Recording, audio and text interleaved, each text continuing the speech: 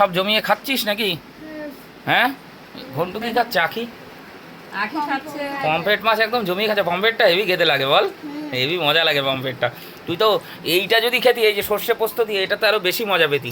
ভাজা খাস, ভাজাতে অত মজা নাকি পাখি, ওটাতে বেশি মজা। কী দেখাচ্ছিস? কচুরলতি। কচুরলতি চিংড়ি মাছ দিয়ে মা খাচ্ছে, আখি পাখি তিনজন মিলে বসে গেছে। আর এরপরে কি কি আছে আমি আপনাদের অবশ্যই দেখানোর চেষ্টা করব, দেখিয়ে দিচ্ছি।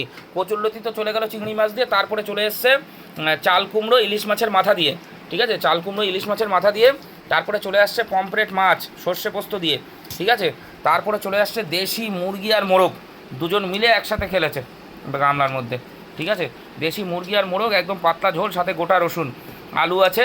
আর সব শেষে পাতে আছে চাটনি, আমড়ার চাটনি, ঠিক আছে, একদম। তাহলে মজা আসছে তো খেয়ে? দারুণ। এরপরে মাংস খাবি না? মাংস তো ধুয়ে রেখেছিস, ধুয়ে খেলে মজা পাওয়া যায় বল। কষা খেয়ে কিরম মজা লেগেছে? ভালো। কষা আবার মশলা দিয়ে মশলা খায়, আর ভাত খাওয়ার সময় তখন খায় না।